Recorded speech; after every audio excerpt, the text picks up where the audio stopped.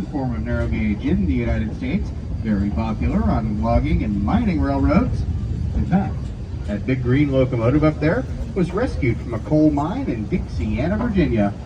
It's good luck to name a locomotive after where she comes from. That's why we call her Miss Dixiana. Painted right on her side.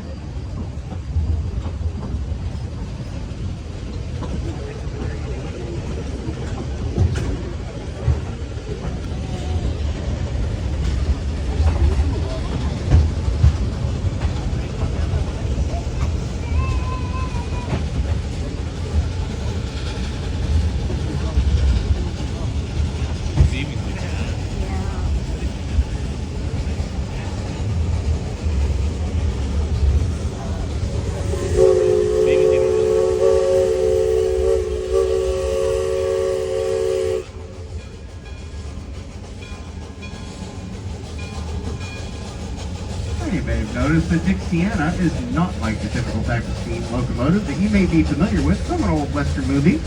She's what's known as a Shay type locomotive, named for her inventor, Ephraim Shay. And she's got 3 big cylinders all on that right-hand side connected to its drive shaft, turning gears on each wheel.